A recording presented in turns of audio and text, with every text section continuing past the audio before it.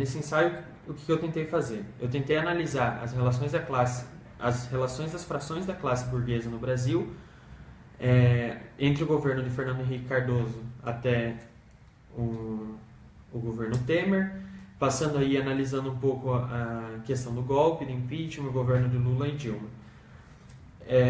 Eu fiz essa análise tentei fazer essa análise através de alguns textos do Armando Boito Júnior, que os textos são A Burguesia Brasileira no Golpe de Impeachment, A Burguesia no Governo Lula e Política e Classes Sociais no Brasil nos anos 2000. E tentar relacionar um pouco, no final eu tentei relacionar um pouco a questão das frações da classe burguesa dentro de alguns conceitos teóricos que eu já vou falar, mas analisando também com os autores que a gente leu em sala.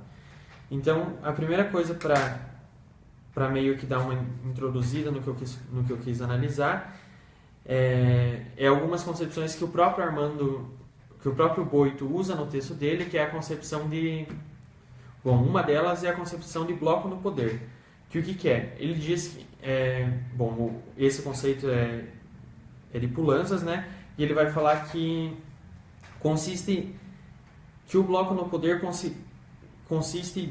designa uma união contraditória da burguesia, organizada como classe dominante, e refere-se ao papel ativo que o Estado desempenha na organização da dominação da classe burguesa e da hegemonia de uma de suas frações sobre as outras. Por que essa união da classe burguesa é designada por Pulantzas como uma união contraditória? Porque ele fala que ao mesmo tempo que existem políticas, que existem interesses que unem a classe burguesa, as frações da classe burguesa, também existem algumas questões que as separam, que dividem aí os interesses dela. Mas isso a gente vai ver um pouquinho mais para frente, só para dar uma introduzida.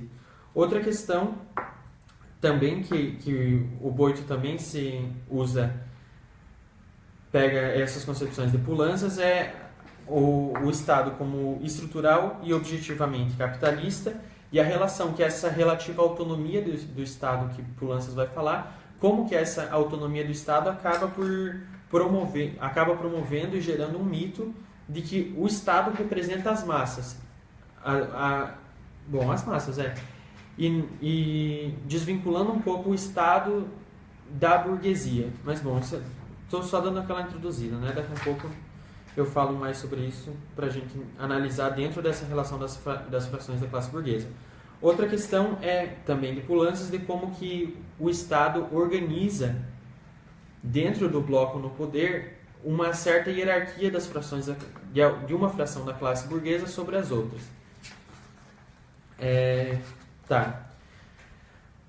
Analisando então as frações da classe burguesa brasileiras, né? Boito vai falar nos textos dele que depois do governo de Fernando Henrique Cardoso, o que aconteceu no governo Lula foi que o Lula alterou a relação do Estado com a burguesia ao melhorar a posição da grande burguesia interna, industrial e agrária no interior do bloco no poder. Para a gente entender mais ou menos o que ele quis afirmar aqui, vamos voltar um pouquinho. A primeira coisa que ele vai falar é que dentro do bloco no poder, no Brasil, a fração do capital financeiro internacional tem hegemonia frente às outras. Frente, por exemplo, o que ele vai falar da burguesia interna, industrial e agrária, por exemplo, e da burguesia nacional e da burguesia média. Então, que a hegemonia dentro do bloco no poder seria do capital financeiro. Ele vai falar que no Brasil, as frações da classe burguesa se unem. Um ponto que gera união das frações da classe burguesa é a desarticulação dos direitos sociais e trabalhistas adquiridos no período desenvolvimentista, no governo Vargas, e a privatização ou a mercantilização de direitos e serviços, como, por exemplo, ele vai falar a previdência social, a saúde e a educação, que é um pouco o que a gente vai ver aí após o golpe de impeachment, né? De outro modo, ele vai apontar também algumas fissuras das frações da classe burguesa. Ele vai falar, por exemplo, da privatização de grandes empresas estatais e de serviços extrativistas, que ele vai falar que essa privatização dessas empresas vai beneficiar muito o capital financeiro internacional, mas vai prejudicar muito a burguesia interna, a burguesia média, desculpa. Então, que esse seria um dos pontos de fissura e de desencontro de interesses das frações da classe burguesa. E algumas outras perspectivas, como é que eu posso falar? Bom, outras políticas econômicas que geram conflito de interesses entre as frações da classe burguesa é a abertura comercial e a desregulamentação financeira. Que ele vai falar que essas duas políticas econômicas acabam prejudicando a burguesia nacional, porque com elas, ao manter o câmbio monetário estável e deste modo, ele vai falar, integra o mercado nacional ao internacional e regula o pagamento da dívida interna e externa com juro real elevado, o Estado acaba beneficiando a fração hegemônica burguesa dentro do bloco no poder, seja o capital financeiro, e acaba prejudicando a burguesia, a fração da burguesia interna industrial e agrária. Bom, o que ele vai falar? Que em 1990, então, para a gente entender um pouco mais agora, um pouco o contexto desse conflito e união das frações da classe burguesa no Brasil, a gente vai voltar um pouco para 1996, no governo do Fernando Henrique Cardoso, que a política econômica estava baseada na ampliação da abertura comercial, promovendo assim a suspensão de barreiras alfandegárias e o que acabou gerando uma ampliação da desregulamentação do ingresso e de saída de capitais. E acabou mantendo o câmbio monetário valorizado, aumentou a taxa de juros e a dívida pública. O que ele vai falar? Que nesse período, partindo do pressuposto que a fração hegemônica é o capital financeiro, ele vai falar que nesse período do governo de Fernando Henrique, essas políticas econômicas acabaram gerando uma grande insatisfação por parte da burguesia interna brasileira, e a burguesia interna brasileira acabou se unindo a outras frações de classe contra essas políticas econômicas, porém sem ameaçar, entre aspas, a hegemonia do capital financeiro. Falar um pouco dessa união.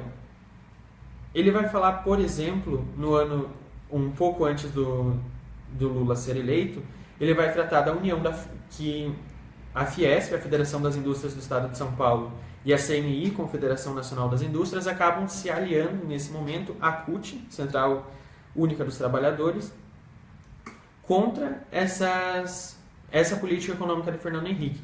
Então, nesse momento, ele vai mostrar... entendendo esse contexto que eu estou falando, dá para entender por que o Boito vai falar que o Lula alterou a relação do Estado com a burguesia. Porque quando a burguesia interna se alia, por exemplo, a Fiesp, a CNI, se aliam com a CUT, o PT, o Partido dos Trabalhadores, acaba usando esse momento, essa fissura das frações da burguesia dentro do discurso do discurso eleitoral, de propaganda eleitoral do Lula, né? Então, Boito vai falar que em 2002, com um discurso de projeto de governo de produção contra a especulação financeira, apoiado pela burguesia interna, industrial e agrária, o Lula consegue ser eleito. Quando eleito, o Lula, segundo o Boito, o Lula vai acabar radicalizando a política de exportação de produtos do agronegócio, de matéria-prima e de produtos de baixa densidade tecnológica. E ele acaba implantando medidas creditárias e cambiais para que essa política de exportação forte fosse mantida, né? Então, mudando a política econômica nacional, quando o Lula assume o governo, com essa mudança da política econômica é na qual o Boito se fundamenta para dizer que o Lula alterou a relação da burguesia, do Estado com a burguesia. Porque acho que o capital financeiro continuou sendo a fração hegemônica dentro do bloco no poder, porém a burguesia interna, que ele vai falar, principalmente a burguesia interna, agrária e industrial, acabaram melhorando a sua posição política, a sua posição dentro do bloco no poder, né? Por que, enfim, um pouco o que o Boito vai explicar em seguida é como que, mesmo melhorando a posição da fração interna dentro do bloco no poder, como que se manteve a hegemonia, ou seja, como que aconteceu a manutenção da hegemonia do capital financeiro dentro do bloco no poder. Ele vai falar que mesmo com o estímulo à produção e à exportação, essas políticas só foram aplicadas pelo Lula dentro dos limites, durante o governo Lula, dentro dos limites estabelecidos pelos interesses do grande capital financeiro. Então, desse modo, o capital financeiro mantinha sua hegemonia, ao mesmo tempo que se desenvolvia dentro do bloco no poder e se beneficiava disso a burguesia interna. Então, partindo disso, o Boito vai afirmar que o governo Lula estava comprometido inteiramente com o grande capital financeiro e que, do mesmo modo, quem ascendeu politicamente sob esse governo foi a grande burguesia interna, industrial e agrária. Um pouco também o que ele trata aqui, o que eu vou falar agora, é um pouco para relacionar mais para frente com o governo Dilma, mas ele vai falar que uma das coisas que prova, não que prova, mas que ajuda a argumentar o apoio que a burguesia, em sua totalidade, porque o governo Lula acabou beneficiando, como eu estava falando ali, tanto o capital financeiro quanto a burguesia interna. Então, algo que mostra como a burguesia, em certa totalidade, estava apoiando o governo Lula, é, por exemplo, o caso do Mensalão, que o Boito vai falar que mesmo com todas as evidências apontando para o ex-presidente e a participação do ex-presidente no esquema de corrupção, a grande mídia e os partidos, que ele vai chamar, deixa eu ver, partidos burgueses, que ele vai falar, enfim, tanto os partidos burgueses quanto a grande mídia, mesmo que o caso da corrupção, as evidências da corrupção apontassem para o ex-presidente, a mídia e os partidos burgueses acabaram preservando o presidente Lula no governo. Então, partindo disso, o Boito vai falar que dentro dessa relação ali do Mensalão, dá para perceber claramente como o Estado agenciou a hegemonia do capital financeiro dentro do bloco no poder. Então, o que ele vai falar? Que, em última instância, quem o PT representava era essa fração da burguesia interna, industrial e agrária.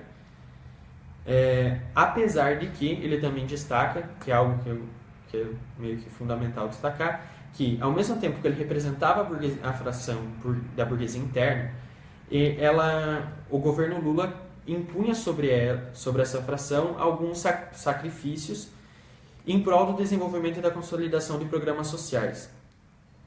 Com os programas sociais,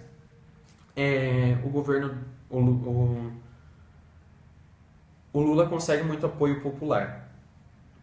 Pro Boito, o apoio da população foi o que acabou permitindo que os interesses maiores da burguesia interna prevalecessem frente ao capital internacional. E ele fala que nesse momento encerra-se a hegemonia exercida pelo capital financeiro dentro do bloco no poder. Aqui, então, com o fim da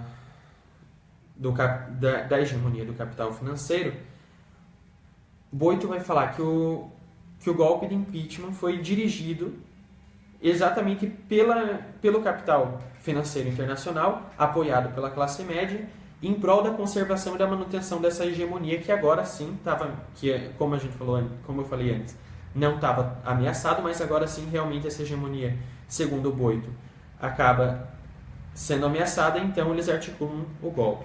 Porém, o capital financeiro articula o golpe sob quais condições? O capital financeiro, para a concretização do impeachment, acabou se beneficiando não, bom, tirando proveito da crise econômica de 2000, que começou a se agravar em 2012 e durou até 2015. Por quê? Durante a crise econômica, que foi durante um período prolongado, e está aí ainda, né? Mas enfim, a burguesia interna, bom, ele vai falar que houve uma alteração das frações da burguesia frente ao Estado outra vez. Isso já nesse período de crise, já no governo Dilma, né? E o que ele vai falar? Que a classe interna que apoiou Lula em 2002 já não se via representada no governo Dilma. Então, com essa crise de representação dessa fração burguesa que estava se beneficiando da fração interna da burguesia, que se via representada no Lula e já não se via mais representada na Dilma, se aproveitando disso, a fração do capital financeiro acaba consolidando o golpe, né? O processo de impeachment, o golpe de impeachment, como ele acaba com a representação, não acaba, mas como ele acaba gerando fissuras dentro ele gera fissuras dentro da fração da classe interna. O Boito vai falar que parte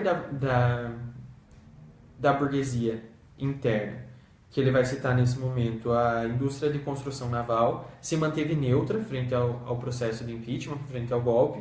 Outra parte foi perseguida judicialmente, baixo o argumento de corrupção, ou seja, que essas empresas, tanto que a burguesia interna, agrária e industrial estava dentro de rolo de corrupção, e outra parte da burguesia, da fração interna da burguesia, né, vai acabar apoiando o golpe, que daí ele vai citar a CNI e a Fiesp. Nesse momento, o que ele analisa? O que ele cita como um ponto central é que, para argumentar essa fissura e essa crise da hegemonia dentro do bloco no poder, ele vai falar que, por exemplo, analisando o discurso de corrupção no mensalão, esse discurso é totalmente alterado nesse momento de crise e ele o discurso contra a corrupção acaba fundamentando o discurso em prol da concretização do impeachment. E então ele vai falar que com a fissura dentro da fração da classe interna, junto com o discurso contra a corrupção, o capital financeiro, apoiado pela alta classe média, acaba encontrando um caminho livre para avançar no processo do golpe. Quando o impeachment é concretizado, ou seja, Dilma é afastado, o Michel Temer assume o governo e já nas primeiras propostas dele, Boito vai falar que a gente acaba podendo perceber como que ele tenta articular novamente a hegemonia do capital financeiro dentro do bloco no poder. Em quais políticas Boito está analisando essa reestruturação da hegemonia? Ele vai citar, por exemplo, a desnacionalização do pré-sal, do aquífero Guarani, das empresas de óleo e gás, dos aeroportos e etc. E, atrelado a essa desnacionalização dessas empresas e dessas fontes de matéria-prima, recurso natural, está atrelado à reforma trabalhista, à reforma da Previdência e a PEC 55 de congelamento do teto de gastos, né? Então, ele vai para o Boito, ele vai falar que nesse momento de transição, onde o Temer assume o governo, fica explícito o interesse da classe burguesa em sua totalidade, na preservação dos mecanismos de reprodução do capital e na manutenção do capital financeiro como fração hegemônica dentro do bloco no poder. Porém, ele vai falar ele vai falar que o Temer não está conseguindo concretizar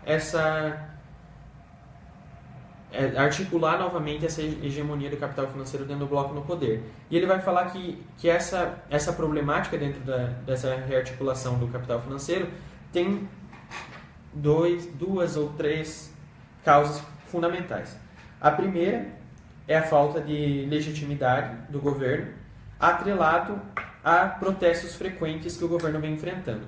Porém, a falta de legitimidade, ele vai atrelar isso à ação do sistema de justiça contra os integrantes do executivo e a base aliada nacional. Porque ele vai falar que o sistema de justiça, apesar de ele ter sido treinado grande parte dele nos Estados Unidos, não está agindo apenas como um instrumento passivo nas mãos do imperialismo. É o que Boito vai falar. Mas que o sistema de justiça acaba tendo uma base social própria na alta classe média e que essa base social acaba fortalecendo o sistema de justiça, e aí sim ele vai falar, baseado novamente no discurso anticorrupção, porém consolidado, né? Desse modo, ele vai falar que a base dirigente do impeachment acabou perdendo o controle da sua base popular, que é base, eu coloquei base popular aqui, mas né, é a base popular de quem gerenciou o impeachment do capital financeiro, é a alta classe média, né? E desse modo, Boito vai falar que acabou acontecendo acabaram acontecendo rachaduras, fissuras dentro da fração do capital financeiro. E desse modo ele vai falar que então a crise da hegemonia dentro do bloco no poder, ou ele vai falar que a instabilidade política é um reflexo da crise de hegemonia. E aí só é o final do último texto ali que eu li do Boito, que é o texto A Burguesia Brasileira no Golpe de Impeachment. Ele vai falar um pouco, bem no finalzinho do texto, que dentro dessa disputa entre as frações da classe burguesa poderia o proletariado, o povo poderia tomar uma frente e articular aí alguma tomada de poder. Mas isso aí, sei lá, é um pouco questionável e não fecha muito no trabalho, então, mas enfim, só para citar. Dentro dessa análise aí que eu acabei fazendo, que ficou até aqui ficou quase uma resenha dos textos do Boito, eu fiz ela para analisar, dentro desse conflito de frações, algumas coisas que a gente estudou em sala. A primeira delas é a primeira análise que eu tentei traçar entre o que a gente estudou e essa concepção das frações de classe burguesa no Brasil quando Marx e Engels, no Manifesto Comunista, em 1848, vão falar que o Estado é uma junta que organiza e administra os assuntos de toda a classe burguesa. Dentro desse aspecto, o que eu acho que é bem relevante analisar e é bem, acaba se tornando explícito isso dentro dos textos do Boito, é essa totalidade da classe burguesa em alguns pontos centrais da economia política, que o Boito vai falar que a classe burguesa no Brasil acaba se aliando, se unindo em prol da desarticulação e do desmonte de direitos sociais trabalhistas conquistados no período Vargas e em prol da mercantilização de direitos e de serviços, como, por exemplo, a previdência social, a saúde e a educação. Isso vai ficar muito claro, segundo Boito, e eu acabo, dentro dessa concepção de totalidade, eu acabo concordando que fica muito claro essa união da classe burguesa com o governo Temer, com as reformas que ele está propondo, reforma trabalhista, o teto de gastos, etc. Outra coisa que a gente acabou não lendo, mas estava proposto no plano de ensino, é as concepções de Pulantzas que até as mesmas que Boito usa, que eu usei para fazer a introdução, que é o Estado como estruturalmente capitalista e que essas estruturas, então, reproduzem o capital, e a concepção de Poulantzas de que o Estado também agencia e administra a hierarquia dentro do bloco das frações da burguesia dentro do bloco no poder. Deixa eu ver.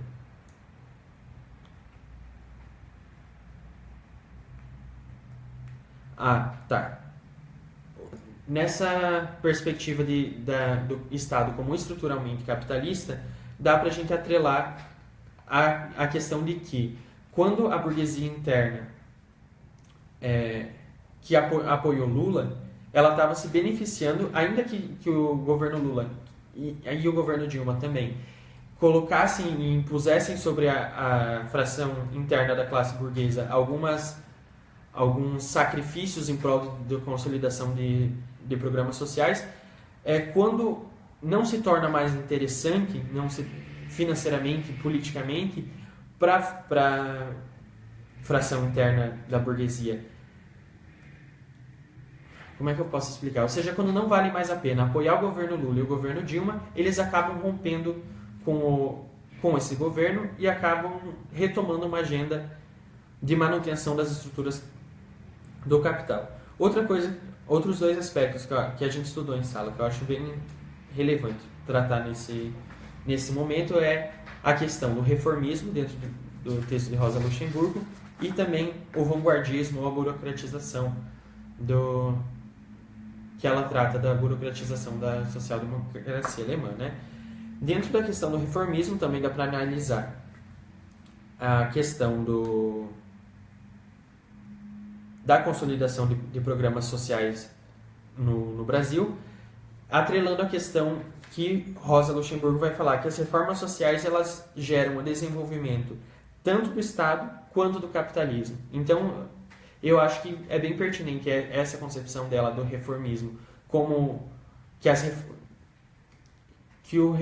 reforma... Como é que eu vou falar? Da questão de que as reformas acabam se tornando... Com o desenvolvimento das reformas, a revolução perde... A revolução já não é vista mais, já não está mais em pauta. E um pouco, então, essa questão... isso frente à capacidade de adaptação do Estado burguês, né?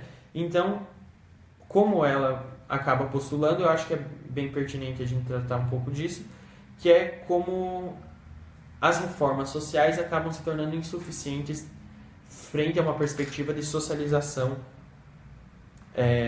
de uma revolução ou de uma socialização concreta dos meios de produção, né? Então, nesse sentido, o argumento de Marx sobre a tomada do poder do Estado e logo após a destruição do Estado fundamenta-se frente à perspectiva revolucionária. Isto é, o reformismo como caminho ao socialismo demonstra-se insuficiente. A questão do vanguardismo e da burocratização que trata a Rosa Luxemburgo, bom, eu não vou explicar a concepção dela porque a gente debateu em sala, né? Mas enfim, juntando um pouco o que ela fala da social-democracia alemã dentro dessa concepção do Boito, eu acho que daria para a gente analisar uma coisa, que é como que dentro do PT, dentro do Partido dos Trabalhadores, um partido que se intitulava, que se autodenominava um partido do povo e para o povo, houve um processo de distanciamento excessivo entre as bases do partido e as suas elites. Tendo em vista que, como a gente falou, como acabei tratando ao longo do ensaio todo, o Partido dos Trabalhadores acabou flertando com a classe burguesa e a burguesia interna acabou representando, né? Então, sendo assim, a preocupação de Rosa Luxemburgo quanto à burocratização que se desenvolvia dentro da social-democracia alemã torna-se uma preocupação recorrente ao nosso tempo.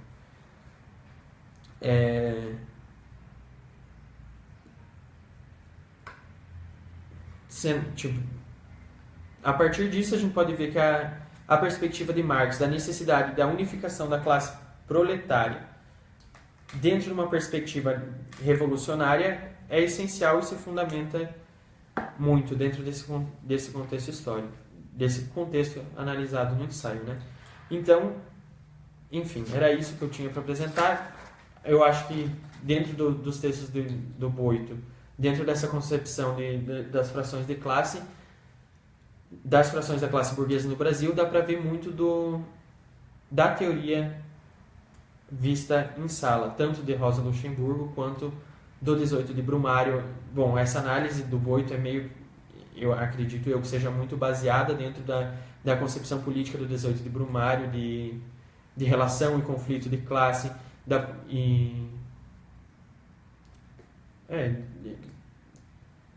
se assemelha muito nos textos dele, como ele descreve o conflito de classe, me lembrou muito o 18 de Brumário, né? E também dá para ver muito das concepções fundamentais, por exemplo, do Manifesto Comunista e etc. Enfim, era isso. Valeu.